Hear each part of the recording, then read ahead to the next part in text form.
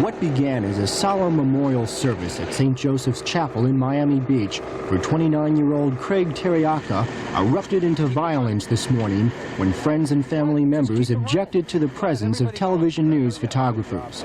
Channel 4 cameraman Bill Brazil Jr. and I, along with a WCKT photographer, were threatened, attacked, and knocked to the ground several times when we refused to turn our cameras off and leave the scene. You take pictures?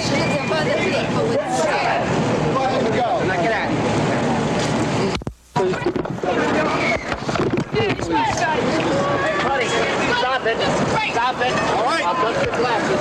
Look, I got the camera away. Point it to the ground. Turn that off. Turn that off. You take pictures of people going to church. Position! Leave! We're leaving. Not besides the kid, everybody else is done. Now get this goddamn thing and get out of here. Just get out of here with it. Undercover police officers, saying they couldn't guarantee our protection, advised newsmen to leave and called for Miami Beach police backup units. Organized crime specialists later identified many of the assailants as members of various organized crime families operating out of South Florida. Miami Beach detectives were shocked later this afternoon to learn that Richard Schwartz, stepson of Meyer Lansky and the man who was charged with the Teriaca murder, is still free. Schwartz surrendered last night at the Dade County Jail, apparently without the knowledge of either the Dade State Attorney's Office or the Miami Beach Police Department. Since there was nobody to object to Schwartz's release, an $11,000 standard bond, Richard Schwartz paid his money and walked out of jail. Second-degree murder warrants were refiled today, but detectives say he's out of town.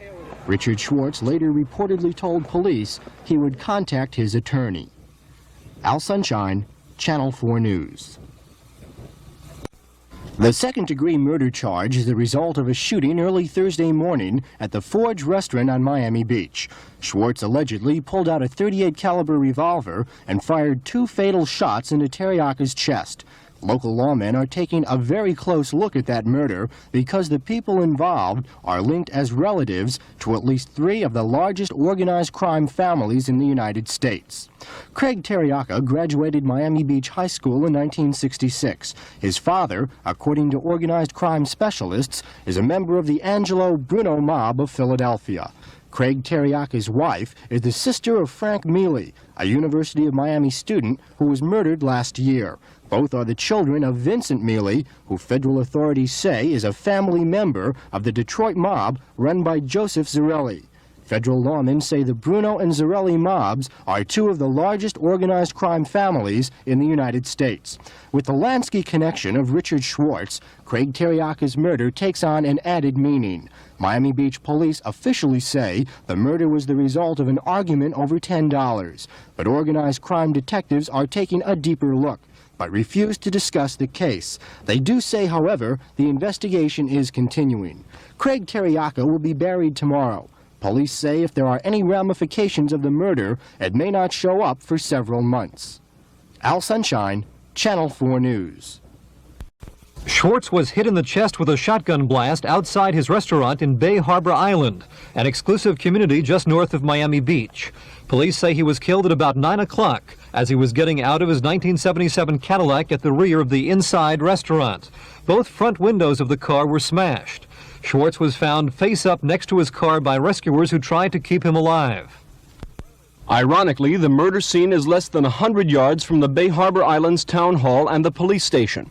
Maintenance supervisor Bob Patterson was servicing vehicles at the town motor pool when he heard the fatal blast. He refused to appear on camera. He was in a semi-comatose condition. I went next door to the beauty parlor and got some towels and tried to stop the flow of blood. Soon after that, the rescue squad arrived and I left. Bay Harbor Islands Police Corporal James Moran was about to go on patrol when the shot was fired. Was he dead when you got there? No, he wasn't. He was still breathing. Did he say anything? No, he couldn't talk. I guess he was in shock. I tried to get him to say something, but he couldn't talk. Metro homicide detectives claim they don't know yet whether it was a gangland-style slaying, but one of the paramedics on the scene has his opinion. He talked with Ike Siemens.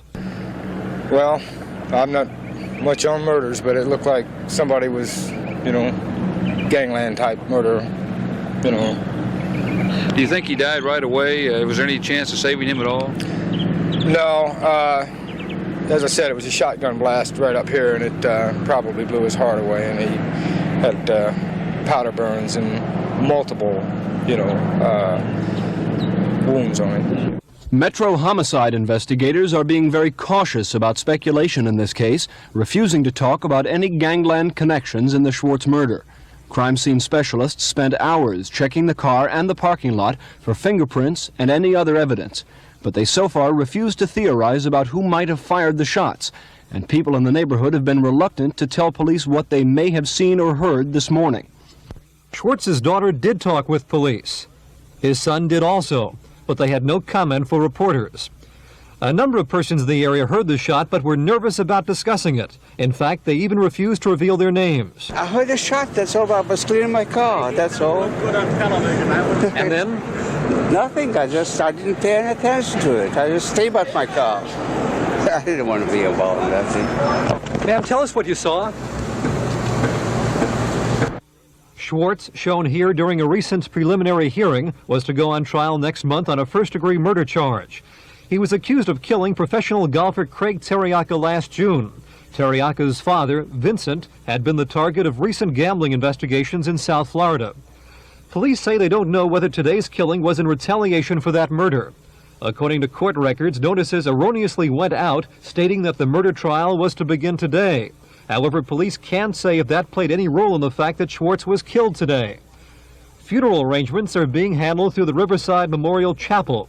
A spokesman for the family says that Meyer Lansky's stepson will be buried in complete privacy. Along with Ben Stone, this is Bob Kaplitz, Channel 4 News.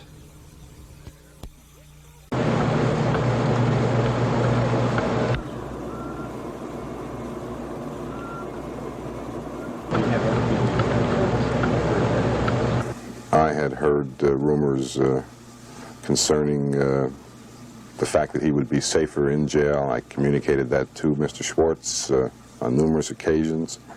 I delayed for 5-6 weeks even filing the motion for bond because of my personal feelings with regard to the matter, and I do regret the fact that I did file for bond, because if I didn't, he'd probably be alive today.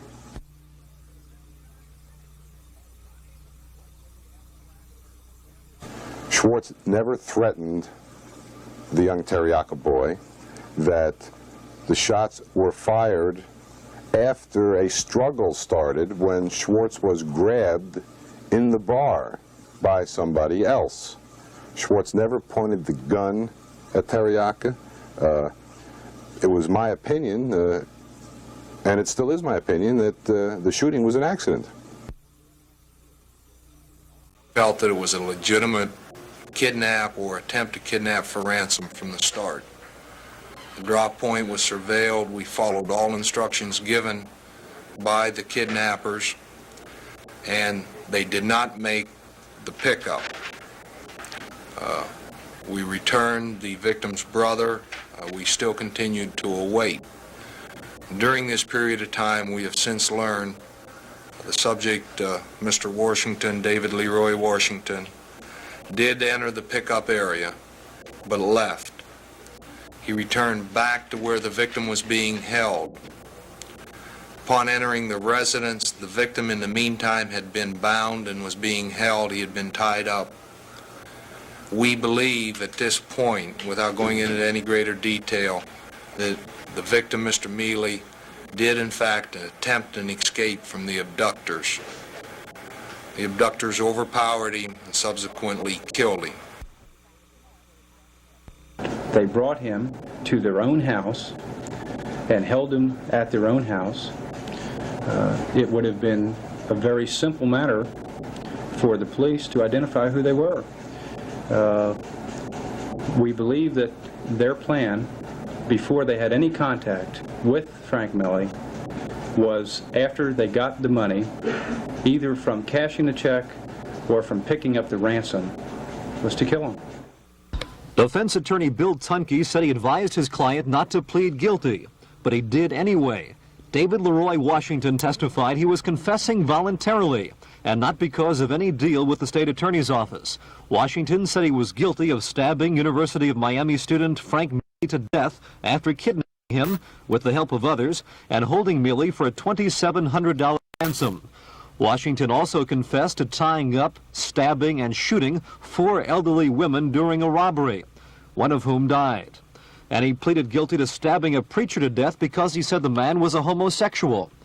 Assistant State Attorney Hank Adorno is expected to ask for the death penalty. Judge Richard Fuller, who will be sentencing Washington, agreed to let the defendant speak.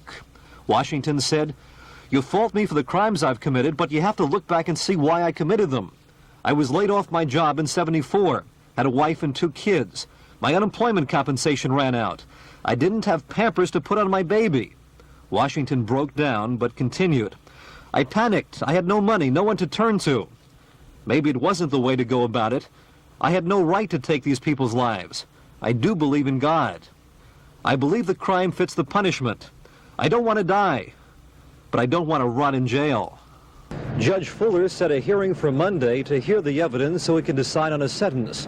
Washington could get anywhere from life in prison to death in the electric chair. Bob Kaplitz, Channel 4 News, Dade Circuit Court.